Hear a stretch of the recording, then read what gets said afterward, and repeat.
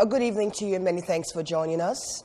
This is the evening news from the studio of ABS and I am Ifunanya Amafili. Our headline news: Vice President Oshibanjo visits Umunze, Anam, to assess flood devastation. Governor Obiano repeats call to residents of riverine communities to relocate. Boko Haram set villages ablaze in Borno State. 6 persons killed, many others injured in fresh Philippine landslides. And now the news in detail. The federal government is to bring in more relief materials for displaced persons in the state in the coming days. Vice President Yemi Oshibanjo disclosed this when he visited Umunze Anam in Anambra West Council area to assess the flood situation. Government House correspondent Kenechukwu Ofoma was there and he brings us more on the story.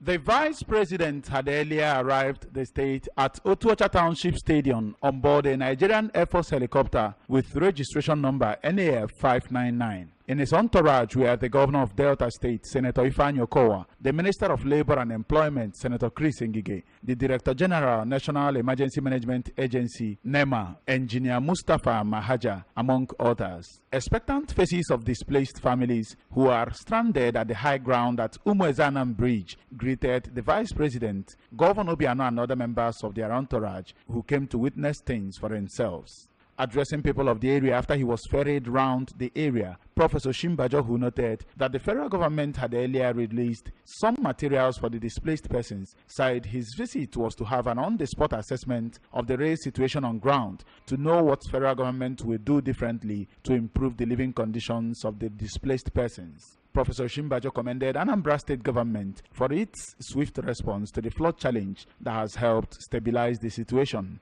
Commiserating with the families that lost property and means of livelihood to the deluge, the Vice President urged those still living in the flooded area to relocate to high grounds to avoid unwarranted accidents. We commiserate with all of those who have lost their livelihoods, who have lost property, farmlands in particular.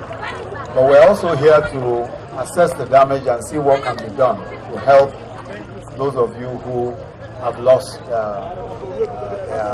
assets, people who have lost farmlands and all of that. So we have also brought some relief. I'm here with the Director General of NEMA, the National Emergency Management Agency, and I'm sure the local SEMA is here. I want to commend the state government for the work that has been done so far. I think that their response has been swift.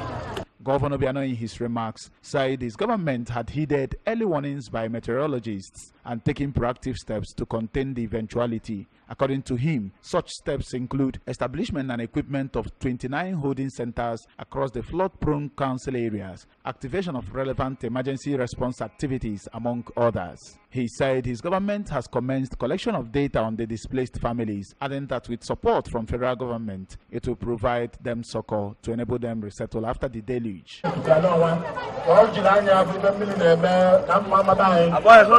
Among other places they've seen, they've done the aerial surveillance already and they've shown themselves once about the flood. One of the displaced persons, Mr. Friday Ekwoba, who said they cannot leave the flooded area because they are used to water, appealed to the federal and state governments to come to their aid as they have lost everything. From Umueze Anam, I am Kenechukwu Ofoma, reporting for ABS News. Governor Willie Obiano has called on residents of riverine areas of the state to immediately move to designated high grounds to avoid being caught up with the coming flood. Governor Obiano made this call after he was navigated through the River Niger to the Ogbaru coastal communities for an on-the-spot assessment of the flood situation in the area. Government House correspondent Kenechukwu Ofoma was there and brings the rest of that report. At Marine Waterside, Onitsha, where the governor took off on board a naval gunboat, it was observed that the water level had risen significantly, giving cause for worry following speculations about Cameroon opening their dams. The heavy presence of water hyacinth flowing on the surface of the Niger depicts the unsavory development in the flood situation. Speaking after touring the area, Governor Obiano regretted that many people are still in the flooded area, warning that forecast shows very dangerous signals ahead. He appealed to the federal government and good-spirited individuals to assist the state with funding and relief materials to cater for the displaced persons. It's an opportunity to plead to everybody that is in the riverine now to please come to the higher ground because this flood is massive and we haven't seen the last of it. You know, please, we are pleading to everybody who is still inside the affected areas to please come on land. Governor Obiano later visited a holding center at Obaru Council headquarters at Tani, where over 100 displaced persons were being housed. Addressing the persons, Governor Obiano said the visit was to see how they are faring and what government can do to better their condition, assuring them that his administration is committed to their welfare. He further said his government will take record of the displaced persons so that it can provide them succor to enable them resettle after the deluge.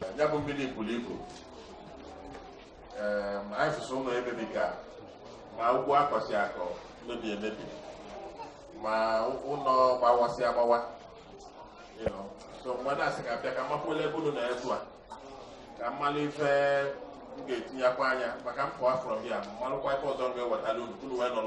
Some of the displaced persons, Mr. Ostobi Nyalibe and Mrs. Ozamaka Ibina, regretted that they had lost all their means of livelihood as a result of the flooding and appealed to government and spirited individuals to come to their aid.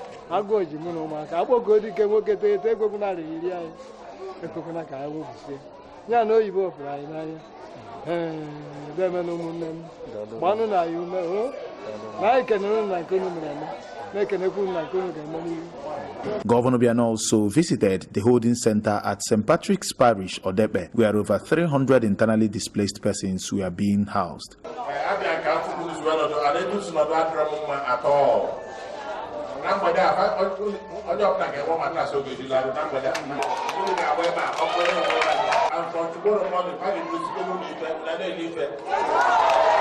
From Odepe in Obaru Council area, I am Kene Chukwuofoma, reporting for ABS News. The Deputy Governor, Dr. Nkem Okeke, and a joint team comprising of the Nigerian Army, Red Cross and State Emergency Management Agency have conducted an on-the-spot need assessment of emergency shelter centers in Anambra East and Obaru Council area of Anambra State. Government House correspondent Ejike Abana reports that some of the facilities inspected were mainly toilet facilities, source of water supply, and general hygiene. We have more details on that. Other members of the inspection team are the Secretary to the State Government, Professor Solochu Hulabelu, Commissioner for Health, Dr. Joe Akabike, and his works counterpart, Engineer Marcel Ifejo, among others. Places visited include General Hospital Umwere, Father Joseph High School Aguleri, Unity Primary School Umobanam, and Central School Odepe, among others. They also visited the Otuocha Market along the riverbank, where it was discovered that the water level is rising speedily. In spite of that, people of the area were busy trading their goods. At Obaru Naval Post, the team observed that the water level has significantly risen as some buildings are on the verge of being submerged, while most residents are yet to leave for the emergency shelters provided by the state government. The Deputy Governor, Dr. Okeke, reminded the inhabitants of flood-prone areas in the state of urgent need to relocate to avoid loss of lives, as state government is making frantic efforts to make things easier for them. Dr. Okeke appreciated the 82 Division of the Nigerian Army for sending their team for needs assessment and intervention and called for more. Division who sent him to come and make sure he leads the delegation military to help and assist as much as they can. They have the technical expertise, the know-how, they have the manpower to support this process. And I'm glad that he's here, doing the spot check with us so that at least he gets on site assessment and hopefully be able to articulate what they can do to help with the situation. the Secretary to the State Government, Professor Chuhulobelu, who confirmed that the federal government has provided some items such as beans, beverages, cement, among others, called for more intervention by the federal government and well-meaning citizens to ensure conducive living environment for the displaced persons. As according to him, no intervention is too much. Some persons at the camp who spoke to the ABS expressed optimism that government will help reduce their plight as their farms have been destroyed by the flood. The state vice chairman of the Nigerian Red Cross, Professor Peter Kachi, said that about 5 local government areas have been affected so far, as state government is making effort to cushion the effect of the flood by ordering for more relief materials. According to report by the Nigerian Hydrological Services Agency earlier this year, about 14 local government areas are at high risk of flooding in Anambra, as a result of which the state government designated about 28 emergency shelter centers, which are located in Anambra West, Anambra East, Oka North, and Obaru. Others are in Ihiala, Oka South, and Ehusigo Council areas. About 40 indigent women of Mbauko and its neighboring communities have received free interest loans from Ochiara 2 Foundation to start businesses of their choice. The free interest loan, which is the first of its kind, is a program of Chief Mrs. Gertrude Ebede aimed at assisting indigent women in Mbauko communities to be self-reliant. Oguchuku Okeke was there, and he brings the report now. The event attracted stakeholders from the community, wives of traditional rulers of Nibo and Nor communities, and people from all walks of life. The coordinator of the scheme, Mr. Chris Adike, stated that the benefactors established the scheme to touch lives and reduce the rate of begging in the society, praying God to reward them abundantly. If people are empowered, it will help them to start businesses so that the trend of begging will reduce. And from the testimony given so far, I find out that most people have now had their businesses and they are progressing, and more is coming. The chairman on the occasion, Chief Ben Collins Obi, explained that the main objective of the empowerment is for the women to acquire various skills through free interest loan initiative as a way to help build and sustain their families. The wife of the traditional ruler of Mbauku, Lolo Chinyelo Anugu, who described the initiative as vital, noted that the empowerment has extended to Nibo, Umaworo, and other parts of the council area, aimed at eradicating poverty and idleness amongst women, thereby ensuring self-reliance. Lola Anu commended the donors for the Think Home Philosophy initiative and advised the beneficiaries to appreciate whatever is given to them and endeavor to use it wisely. When 2 hands try to bring together to uplift the family, there will be peace. Gone are the days when women sit at home waiting for the husbands to bring. These days, no more. In fact, these days, I think women bring more. The President General of Mbauku Town Union, Sir Ozemena Onyuloka, attested that the scheme has transformed many families and relatively wiped out unemployment in the community. While receiving the certificate for the loans, some of the beneficiaries, Miss Augusta Onyedibe and Mrs. Rose Nweke, expressed joy and happiness on the gesture and thanked God for using the foundation to meet the needs of women in the community. They prayed for abundant blessing on the benefactors and promised not to disappoint them. While our previous beneficiary, Mrs. Beatrice Uchendu, testified how the loan has changed her family status. I really thank God and I appreciate God for giving us such a wonderful couple that helps in promoting the needs of women in our community. I pray that good Lord, in infinite mercy, will reward them, give them more strength, abundant grace.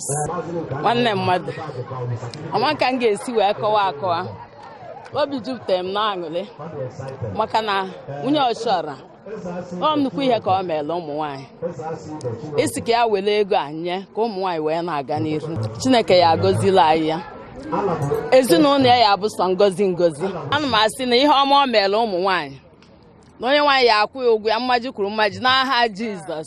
The event featured presentation of certificates to persons who have distinguished themselves in various areas of human endeavor, handover of loan authority, as well as presentation of incentive gifts to past beneficiaries. From Mbauku in Oka South local government area, I am Ogochukwu Okeke reporting for ABS News.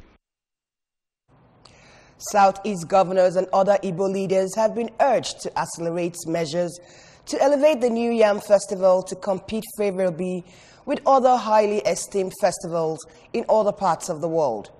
A lead paper presenter, Professor Cecilia Eme, made this call during the Iriji Unizik and Ezinifite Igbo Heritage Conference held at the Faculty of Arts, Anambra University, Oka.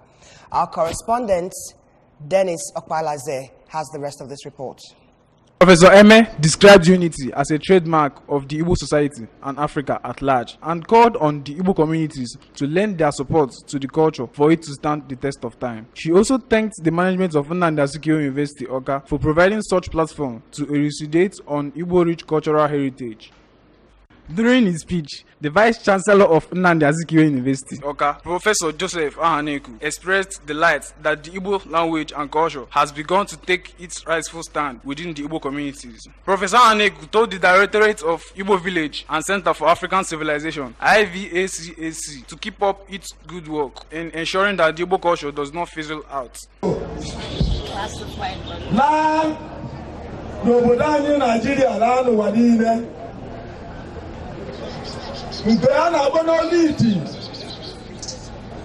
Our own fight against food insecurity. So we are deepening the consciousness in ensuring food security by engaging in this very wonderful. The only thing that you will do, even if you're a public servant, and no person will tell you that you have committed any offense. That is funny. Earlier, the director of Igbo Village and Center for African Civilization, Reverend Father Professor Bonacristus Umogu, who acknowledged the medicinal value of yam, called on Ndi Igbo to embrace the New Yam Festival.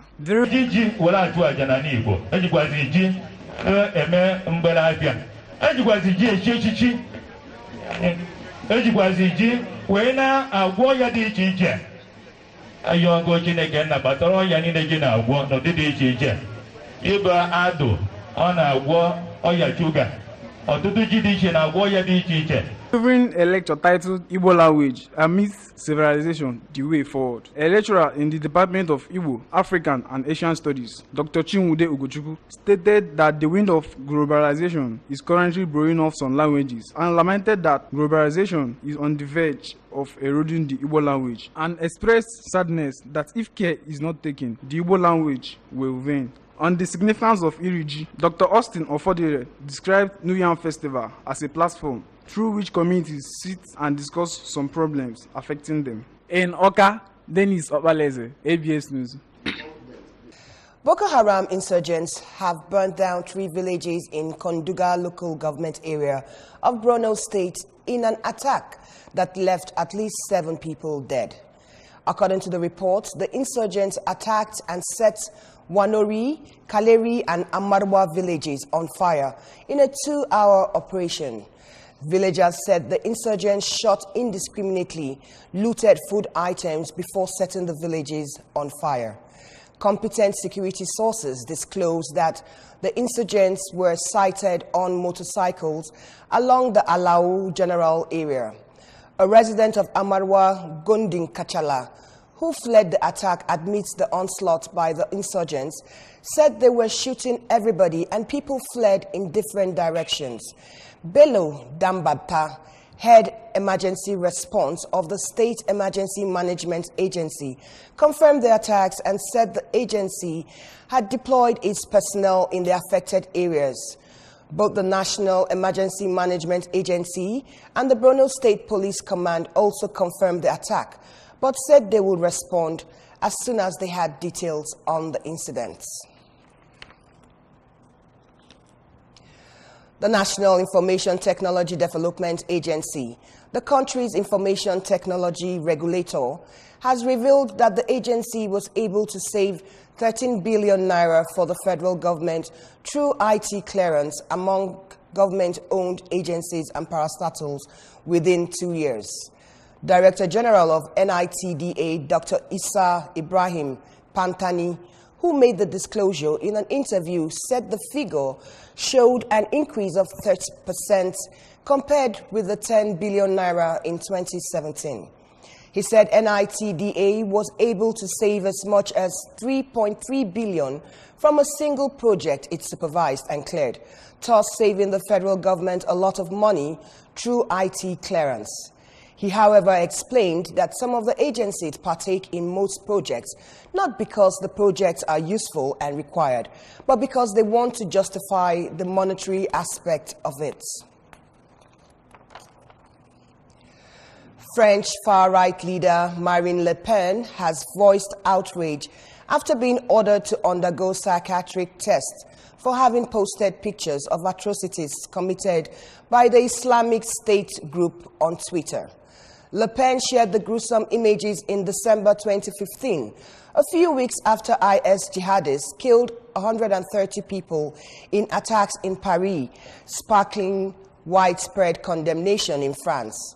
The 50-year-old leader of the National Rally, who lost to Emmanuel Macron in last year's presidential vote, was stripped of her parliamentary immunity over the pictures and charged with circulating messages that incite terrorism or pornography or seriously harming human dignity.